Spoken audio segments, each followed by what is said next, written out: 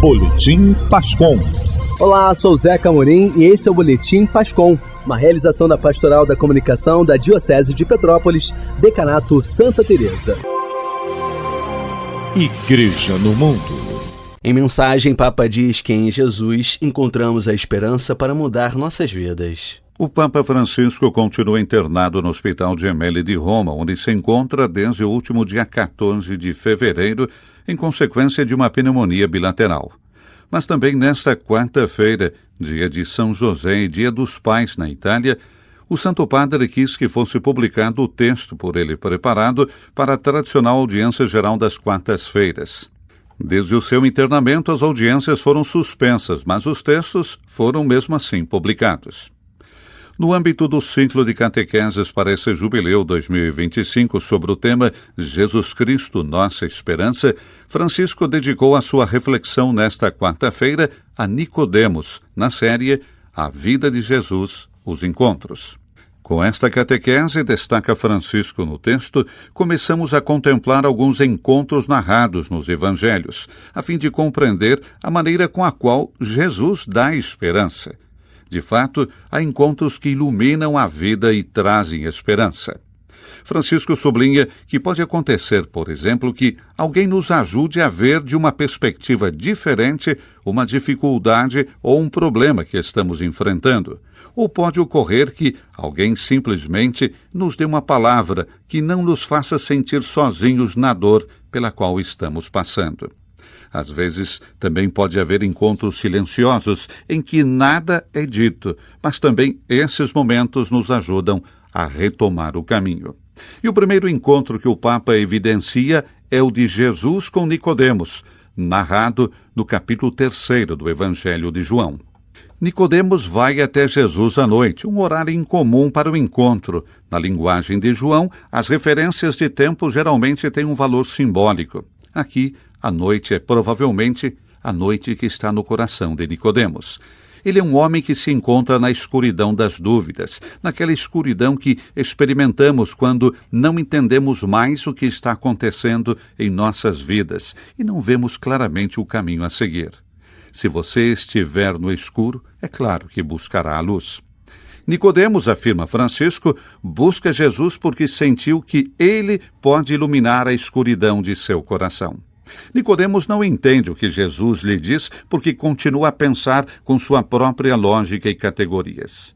Ele é um homem com uma personalidade bem definida, tem um papel público, é um dos líderes dos judeus, mas provavelmente as contas não fecham mais para ele. E Nicodemos sente que algo não está mais funcionando em sua vida.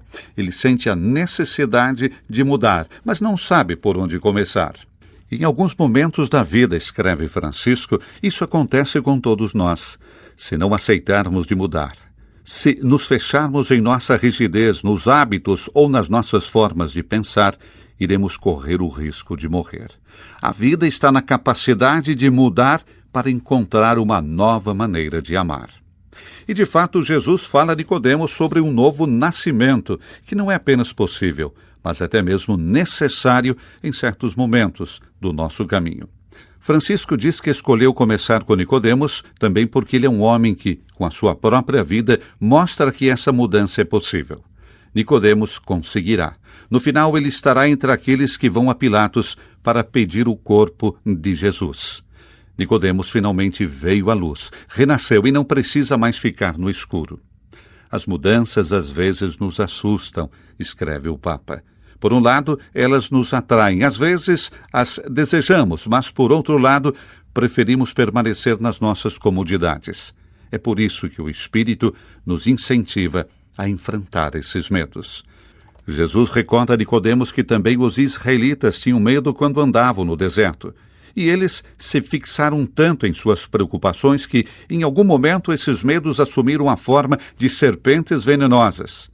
Para serem libertados, eles tinham de olhar para a serpente de cobre que Moisés havia colocado em um poste, ou seja, tinham de olhar para cima e ficar diante do objeto que representava seus medos. Somente olhando diretamente para o que nos causa medo é que podemos começar a nos libertar. Francisco finaliza dizendo que Nicodemos, como todos nós, poderá olhar para o crucificado, aquele que derrotou a morte, a raiz de todos os nossos medos. Levantemos também nós o olhar para aquele a quem transpassaram. Deixemos também nós sermos encontrados por Jesus.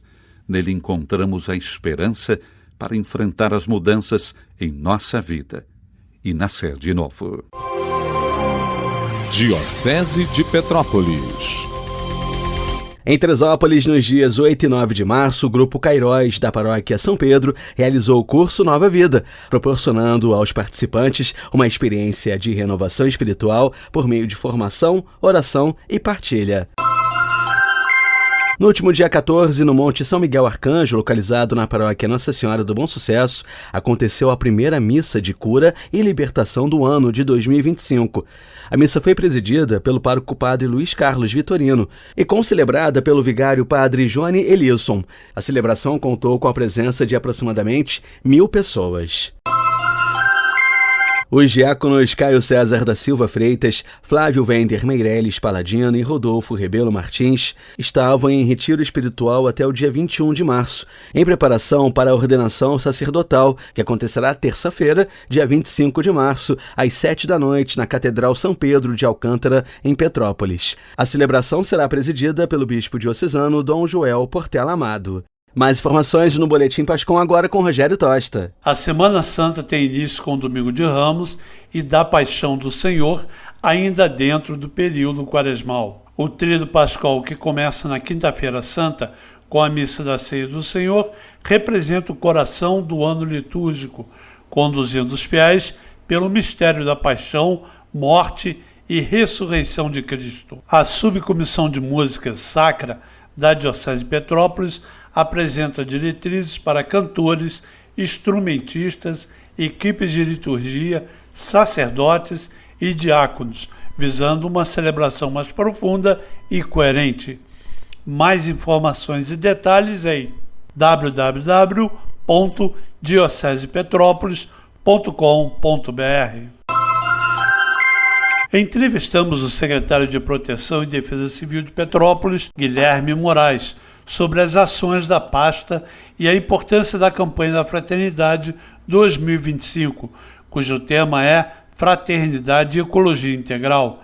Durante a conversa, foram abordadas iniciativas de conscientização ambiental e a necessidade de fortalecer a cultura de prevenção na cidade. Guilherme Moraes destacou a relevância da participação das instituições religiosas na disseminação de informações sobre mudanças climáticas e medidas de segurança. Veja um trecho da entrevista. Então, Rogério, a sua pergunta é muito interessante, porque o que acontece na grande realidade? A gente sabe a importância das entidades religiosas na sociedade. Elas criam um elo muito importante entre a sociedade e aquela autoridade, que aquilo que a pessoa é condicionada que é levada através da autoridade religiosa, a pessoa toma ali como uma verdade, como um bom caminho a ser seguido, né?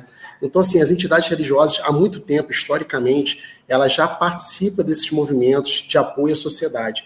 E quando a gente fala em defesa civil e fala das mudanças climáticas e essa questão ecológica, a gente fica muito latente isso, porque pelas mudanças climáticas, os eventos tendem a ser de maneiras mais severas as chuvas mais intensas, bem como na parte também que seriam as secas mais prolongadas.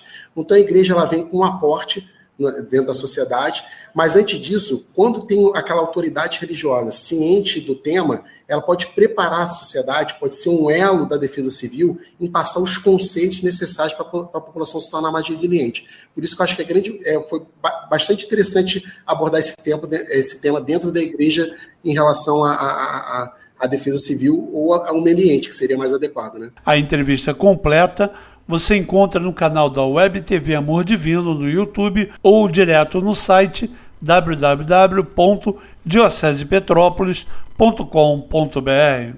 Ok, Rogério, obrigado. Igreja no Brasil.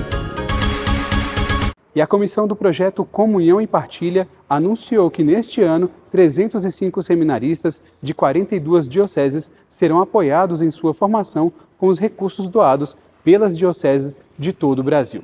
Essa iniciativa da CNBB é composta pela doação de 1,5% da arrecadação de cada igreja particular para ajudar na formação dos futuros padres das dioceses mais pobres.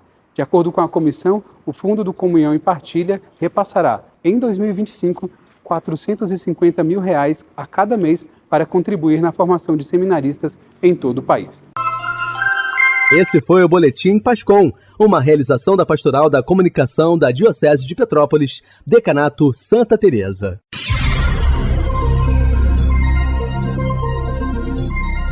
Você ouviu Boletim Pascom.